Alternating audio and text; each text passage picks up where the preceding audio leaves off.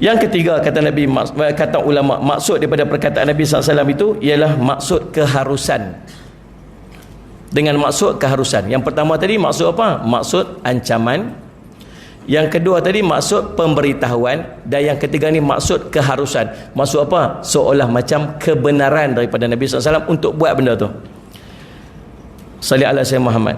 Justru itu seolah-olah maknanya ialah jika kamu tidak malu daripada melakukan sesuatu perbuatan, tidak malu kepada Allah dan tidak malu juga kepada manusia, maka lakukanlah.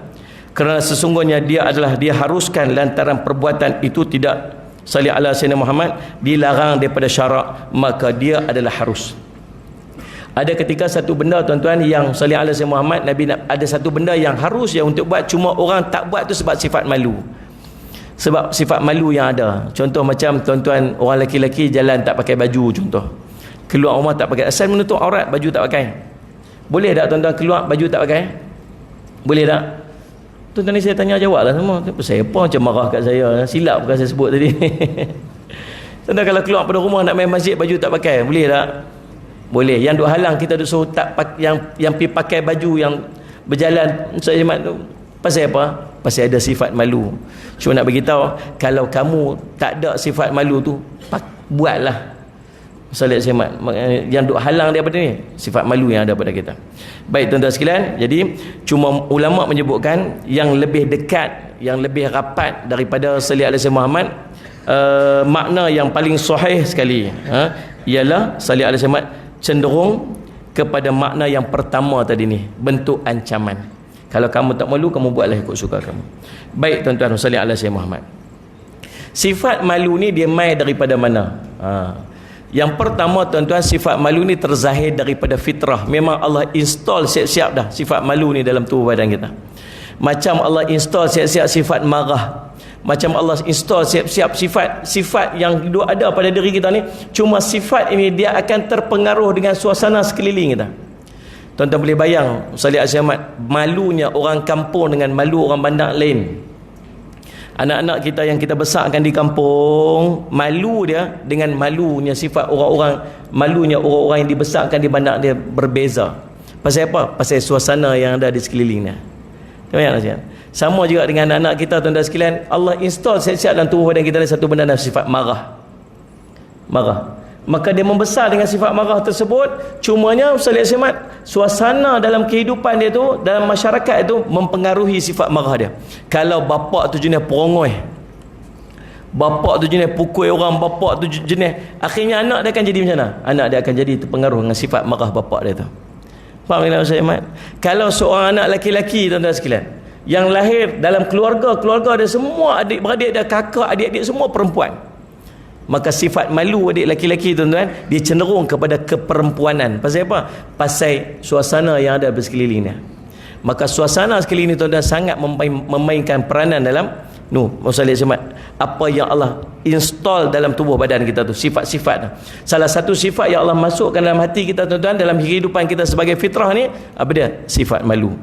Baik, sifat malu secara fitrah, dia merupakan satu sifat malu yang merupakan asal dan semula jadi di dalam diri seseorang, sebagaimana diciptakan dan merupakan fitrah bagi dirinya. Sifat ini mengangkat si umpanya kepada tingkatan akhlak yang paling mulia yang telah dikurniakan oleh Allah kepada hambanya serta difitrahkan kepadanya. Orang yang difitrahkan dengan sifat malu akan menahan dirinya daripada melakukan kemaksiatan, keburukan dan perbuatan yang menggambarkan kerendahan akhlak. Oleh sebab itu, akhlak adalah sumber daripada kebaikan dan cabang daripada cabang-cabang iman. Sabda Nabi SAW, al-haya'u syu'batun min syu'ibal iman. Malu itu adalah satu cabang daripada cabang-cabang iman. Salli ala Sayyidina Muhammad. Yang kedua, sifat malu yang diperolehi selepas dia berusaha kepadanya. Yang pertama, sifat malu yang Allah install, Allah masukkan dalam tubuh dia siap-siap, ni sifat fitrah. Yang keduanya tuan-tuan ialah sifat malu yang dia usaha untuk mendapatkannya. Sifat malu yang pertama fitrah ni tuan-tuan, tuan-tuan boleh bayang tak kalau kita ni tuan-tuan, daripada sifat malu yang Allah masukkan tubuh badan kita tu, kita membesar mengikut kepada acuan Rasulullah SAW. Kita hidup membesar kita tu mengikut kepada acuan yang Allah tunjuk dan yang Nabi SAW tunjuk. Hidup kita dengan keluarga yang soleh Ahmad, faham tak? Tuan-tuan boleh bayang tak dalam punya hebatnya agama kita ni tuan-tuan, sampai ke tahap tuan-tuan sedar ataupun tidak, dalam Al-Quran Allah cerita anak kita nak masuk bilik kita tu lagu mana. Tuan-tuan pernah berjumpa tak itu? Tuan-tuan pernah buat tak macam tu ke anak-anak kita? Salih alaihi wasallam. Ajak anak-anak kita macam mana Quran ajak. Kalau belum baligh, kalau anak yang belum baligh nak masuk bilik mak ayah, minta izin. Waktu mana? 2 waktu. Waktu sebelum daripada zuhur tengah hari itu, dan pada waktu selepas isyak. Minta izin. Pernah ajak anak-anak kita begitu? Tu Allah duk ajak apa tu? Sifat malu. Tahu pasal apa? Waktu tu mak ayah dia tengah rehat. Mungkin dalam bilik tu mak ayah dia masih tak pakai baju. Ayah dia tengah tidur, mak dia tu dalam aurat tak sempurna. Lepas pada isyak, waktu ayah nak tidur, waktu mak nak tidur. Tuan-tuan tahu tak, jadi satu kes dulu tuan-tuan, Salih Ahmad. Ada seorang budak tadika. Depa Salih Ahmad, cikgu dia duduk cari mana budak 2 orang hilang. 2 orang hilang, seorang lelaki, seorang perempuan. Tadika umur 6 tahun. Pergi cari-cari, jumpa dalam store. Jumpa dalam store, budak lelaki tu tengah duk selak baju budak perempuan tu umur 6 tahun tu, tengah duk cium perut dia. Terkejut cikgu tu. Telefon mak mai dengan ayah budak lelaki tu. Ni saya jumpa anak ni duk buat macam ni. Diam mak ayah tu. Rupa-rupanya tuan-tuan tahu pasal apa? Pasal anak tu tidur dengan mak ayah dia, dan mak ayah ni tak ada sifat malu. Kadang-kadang waktu anak tu duk jaga, dia duk buat kerja macam tu. Anak-anak duk tengok tuan-tuan, Ustaz Isman. Tuan-tuan boleh bayang kalau tuan-tuan ikut acuan Islam ni, cantik Allah bagi kat kita. Tengok Isman. Tuan-tuan, Ustaz Isman, baru-baru ni saya duk cerita satu tajuk, nama tajuk dia tuan-tuan, Salih Isman tanda kiamat. Waktu kita duk fasa akhir zaman, tak mana kita duk. Ada satu hadis Nabi SAW tuan-tuan, ni terkait dengan rumah tangga lah ni. Ada satu hadis Nabi SAW cerita bila malaikat Jibril bertanya kat Nabi SAW, akhbirni anis sa'ah. Nabi kata, mal mas'ulu an bi'sa'il, orang yang bertanya itu lebih tahu pada orang yang ditanya. Kemudian salih ala sayyidina Muhammad, Nabi SAW dia tanya lagi pada Nabi SAW, malaikat Jibril tanya, akhbirni an amaratiha, ceritakan kepada aku tentang tanda-tanda kiamat. Kata Nabi SAW, salih ala sayyidina Muhammad, apabila kamu melihat ummat rabbataha, kamu melihat seorang ibu melahirkan tuan-tuan dia. Tuan-tuan sedar tak? Sedar ataupun tidak, perasan ataupun tidak, kita duk buat benda yang Nabi SAW kata akan berlaku pada dekat dengan kiamat, tanda kiamat. Ulama sebut, bila Nabi SAW sebut tentang salih ala sayyidina Muhammad, seorang ibu akan melahirkan tuan-tuan dia, yang pertama kata ulama ialah akan berlaku peperangan yang waktu tu akan ada ramai orang-orang yang ditawan. Dia akan jadi hamba. Bila jadi hamba, pemilik kepada hamba ni dia boleh bersama dengan hamba dia, dan anak yang lahir itu statusnya status tuan. Itu yang pertama. Yang kedua, kata ulama mentafsirkan daripada perkataan Nabi SAW, nanti akhir zaman tanda kiamat ialah seorang ibu melahirkan tuan-tuan dia, ialah dengan maksud ramainya anak derhaka. Tuan-tuan perasan ataupun tidak apa yang kita duk buat ataupun anak-anak kita duk buat kat kita. Saya ni ada madrasah tuan-tuan di Bandar Baru tu, tuan-tuan sekali-sekali tuan-tuan mai ziarah. Dekat situ ramai orang tua-tua yang duk kat dalam tu. Lebih kurang 40 orang yang duk mengaji kat dalam tu. Tuan-tuan, selalu kadang-kadang duk ponting balik ni, tahu pasal apa? Pasal anak cucu. Anak cucu. Saya lihat dulu mak kita yang bayar-bayar saya ni, yang ke atas lah, susah miskin lagu mana pun, dia tak akan bagi orang lain jaga anak dia. Betul ni? Ada tak ni yang kita duduk kat sini ni, yang duduk kat dalam masjid ni, yang mak dia dulu kerja? Kalau ada di kalangan kita yang mak kerja ni, pelik nampak. Zaman kita dulu lah, mak orang kerja rasa pelik, tapi biasanya mak tak kerja. Betul tak tuan ni? Tak pasal apa? Pasal jaga anak. Miskin pilah lagu mana pun, ayah kerja NGO, tahu NGO? Noreh getah orang. Dah lah tokel getah tu, apa tuan punya ladang pun getah pun tak main mana. Bayangkan kalau diupah orang pula. Tuan-tuan sekalian, pindah kita miskin, tak ada benda nak makan nasi dengan garam ya, makan nasi bancuh yak garam, tu aja makan. Tapi mak takkan pi cari kerja lain. Ustaz Ahmad nak bagi anak dia orang lain jaga, jangan harap, tak pergi. Susah lagu mana pun dia akan jaga anak dia sendiri. Apatah lagi pi bagi tok jaga. Betul tuan-tuan? Setuju dengan saya ada sudut cerita ni? Tapi lah ni tuan-tuan, dia bagi tok dia jaga. Pasal apa? Saya Ahmad, anak-anak pergi kerja. Tak apalah, anak-anak pergi kerja. Pasal apa yang bagi tok jaga? Daripada duk bagi orang pengasuh jaga, baik bagi tok dia jaga sendiri. Jimat sikit. Oh, jimat sikit.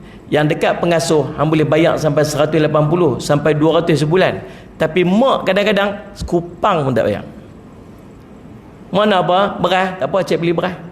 Mana apa? Beli gula? Tak apa. Tuan-tuan saya Ahmad, waktu tu sedar tak sedar, perasan tak perasan, dia sedang memperhambakan mak dia. Betul ni? Dia sedang memperhambakan mak dia.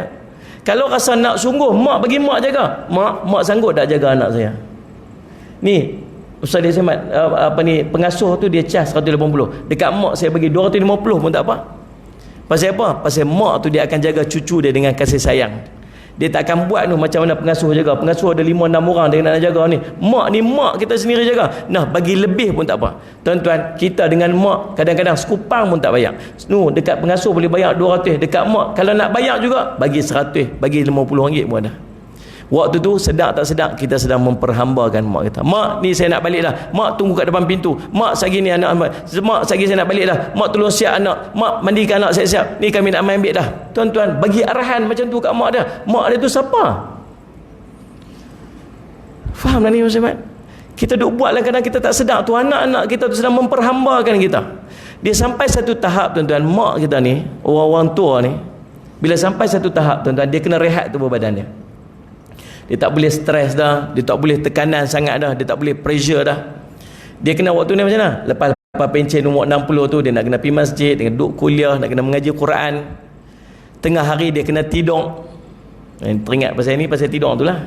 Tu yang selit mekut ni. Pasal tidur tengah hari. Betul tak abang? Ustaz Ahmad, bila sampai satu tahap, pakcik mesti kena tidur tengah hari. Tok mesti kena tidur tengah hari.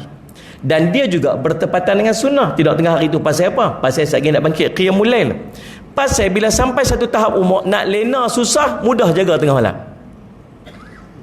Betul tak tuan-tuan? Setuju tak dengan saya ni? Tuan hangguk-hangguk pilah sama, jangan duk buat macam keras aku tu. Saya pun takut silap cakap pula. Bila sampai satu hak umur, kita kena tidur awal. Pasal payah nak lena. Dan salih ala Sayyidina Muhammad, satgi dia pula mudah terjaga. Maka mai pukul 9, pukul 10 nak kena lena dah. Salih ala Sayyidina Muhammad. Bila payah nak lena dan mudah jaga, apa dia jadi tuan-tuan sekalian? Ustaz Muhammad, dia tak cukup rehat. Bila tak cukup rehat, satgi darah dia naik. Tuan-tuan, habis kita buat apa? Kita pergi letak anak kita yang kecil tu, mak ayah kita jaga. Tengah hari dia tak boleh tidur. Mak kita tengah hari nak kena masak nu siap bagi cucu.